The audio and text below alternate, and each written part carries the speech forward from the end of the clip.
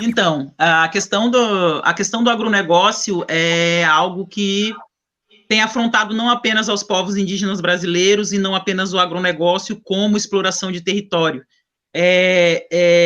Existe a grilagem na Amazônia, o garimpo em outras regiões, né, a exploração da própria água do aquífero Guarani, e nos territórios caingangues, a exploração do território pelo plantio de soja, trigo e milho transgênico, o que no ano de 2021 gerou um conflito interno entre o cacique Marciano Inácio Claudino, que não era reconhecido pela comunidade indígena dos Caingangue por ser branco, não sendo reconhecido como não indígena, ele não tinha autoridade sobre membros da comunidade, que era uma parte da comunidade, uma grande parte do próprio ponto de cultura que lidava com a questão cultural, e que essas famílias eram contra as atitudes de agronegócio do cacique Marciano Claudino, e que foram contra ele, fazendo denúncias, graves denúncias ao Ministério Público Federal, à Defensoria, aos Direitos Humanos, à própria FUNAI, à polícia,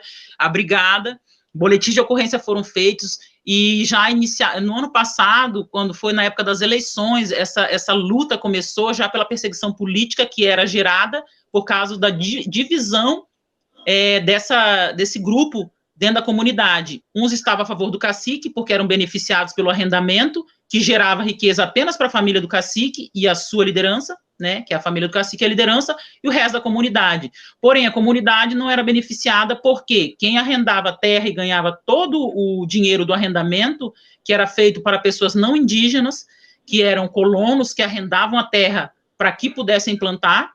Então, eles arrendavam essas terras dos índios, do cacique, né, porque os índios, como não tinham a terra, eles não podiam fazer nada. Então, foi criada uma cooperativa pelo próprio cacique, que fazia, legalizava esse arrendamento a partir do termo de ajuste de conduta assinado pela FUNAI. O que quer dizer que um órgão que deveria nos defender estava ajudando a explorar o território indígena e as populações indígenas que estavam em maior necessidade. Com a pandemia do Covid-19, tudo isso veio à tona. E as famílias que já eram pobres ficaram muito mais pobres, porque dependiam de sair dali para trabalhar em frigoríficos, para trabalhar em lavouras, para trabalhar na colheita de uva, na colheita de cebola, que são tudo trabalhos muito pesados e que eram realmente destinados aos índios pela falta da divisão das terras da comunidade de Serrinha para todos os membros da comunidade de forma igual. Isso gerou sérios problemas de fome, de doença, de desnutrição dentro da comunidade de Serrinha, e como ponto de cultura, o Instituto Caingangue já trabalhavam com a questão da assistência social, né, do direito dos povos indígenas, até o próprio direitos humanos. Nós fomos fazer um levantamento das famílias que não tinham terras, e foi aí que nós descobrimos que 70% da aldeia não possuía terra, e que e que precisavam viver de cestas básicas, que eram destinadas pela FUNAI, às vezes eram entregues a essas famílias e às vezes não, porque às vezes a liderança e a família do cacique se apropriava de todas essas cestas básicas, o que gerava mais miséria e fome dentro da aldeia, né? Como as pessoas estavam com medo do Covid, ninguém mais saía. Então, o Instituto Caingangue fez esse trabalho e descobriu essa disparidade na divisão das terras indígenas, né? Inclusivemente eu, que sempre briguei a minha vida inteira pelas minhas terras, né? Falei para meus primos, fui lá e falei para ele, você não vai dar as terras não? Você não vai dividir as terras não? Você vai continuar enfiando todo o dinheiro que tu tá pegando em cada arrendamento de cada safra, que a cada safra 3 milhões a cada safra, são 3 safras por ano, o que totaliza quase, dá para contar, né? Então, isso aí era dividido apenas entre a família do cacique e sua liderança, o que gerava muita disparidade na aldeia, pois uns andavam de carro e os outros andavam a pé, para ir para as cidades mais próximas comprar alimento, na beira das estradas, nas BRs. Você encontrava nosso povo nas rodoviárias, vendendo seus cestos, vendendo sua cestaria, seu artesanato, que é uma coisa muito comum que as pessoas veem. Isso não é porque o indígena não queira ficar dentro da sua comunidade, é porque há uma grande necessidade de que ele possa completar a sua renda financeira com artesanato, para que ele possa sustentar suas famílias. Eu sei, eu sou artesã. Eu estou vivendo desses 6 meses em que eu fui expulsa de lá da comunidade de Serrinha, da minha terra, da terra do meu filho, a terra para onde eu vou voltar, eu fiquei 6 meses fora. eu estou trabalhando, eu vendo artesanato, eu não tenho vergonha disso, eu sou escritora, sou professora, sou educadora, sou tudo, mas eu sou artesã, e eu vivi do artesanato, e eu consegui sustentar minha família sem matar e roubar ninguém, diferente do que ele fez. Quando ele se confrontou com aquelas famílias que não aceitavam o que ele fazia, ele botou 35 famílias para fora da aldeia e matou 4 índios lá. 2 índios, um outro índio casado, um branco casado com a índia, mas era já pai de índios, então para nós é considerado como, né, é pai de índio, para nós é considerado como um membro da nossa família. E foram mortas 4 pessoas de forma, assim, brutal, sem direito à defesa, e 2 meses antes, foram 4 jovens incendiados dentro da cadeia, eles foram presos comemorando o dia 19 de abril, que é um direito a todos os povos de comemorar o dia 19 de abril, mesmo que tivesse pandemia ou não, era um direito dos índios comemorar da forma que eles quisessem. E por que é que só o cacique podia comemorar? Ele prendeu 4 jovens e os 4 jovens morreram incendiados, carbonizados dentro de uma cadeia. Uma das índias estava grávida. Então, assim, ó, e um deles era meu sobrinho. Esse tipo de coisa não pode ficar impune. Nós somos índios, se você cortar a gente sangra. E o nosso sangue é da mesma cor, da cor de qualquer cidadão do mundo.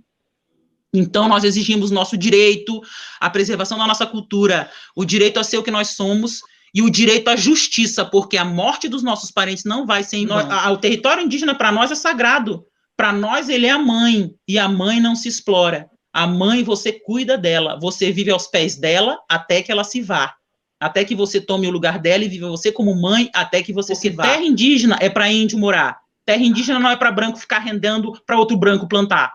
O índio tem o direito a viver de sua monocultura de existência. Nós temos o direito aos nossos territórios, comer nossas comidas tradicionais, deixar que elas possam nascer onde elas sempre nasceram, poder ir nas florestas de fruta, poder ir na beira da água e buscar nosso material de artesanato. Isso é um direito nosso, não é um direito dele. O direito à terra é do índio, é dos povos indígenas de viver pela terra, para a terra, e não viver usurpando a terra, vivendo dela, vendendo a terra e arrendando a terra. A terra é mãe, ela não é um objeto, ela não é para negócio, ela é sagrada, ela é a terra mãe, ela é a partir dela que nós existimos e é para ela que nós vamos viver. Eu agradeço às mulheres, porque eu tenho certeza que quando uma mulher clama e pede por justiça, ela sabe que outra mulher vai escutar e ela também é mãe, ela também é filha, ela também é irmã.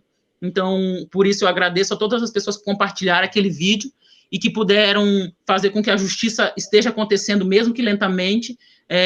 Hoje nós sabemos que eles foram soltos, infelizmente, apesar de todas as provas, né? Mas estão de tornozeleira, e está havendo uma profunda investigação para avaliar o envolvimento de colonos que também arrendam aquelas terras e o interesse dessas pessoas também, e também o pedido de punição para que essas pessoas respondam pelo sangue desses índios derramado. Então, está havendo investigação, está havendo deliberação, está havendo determinações judiciais, e eu fico muito feliz, porque apesar de ser lento esse trabalho, é um trabalho de formiga, mas como a gente já trabalha como formiga há muito tempo nos pontos de cultura, essa construção não vai parar, eu não vou deixar de lutar, e como toda mulher indígena fala, né, lute como uma mulher indígena, né, por causa desse tipo de coisa. Eu falei, eu sou mãe, eu sou avó, eu tenho muita felicidade de poder ver meus filhos crescerem, e aquela terra é deles, aquela terra não é do Marciano Inácio Claudino, e muito menos da sua liderança corrupta.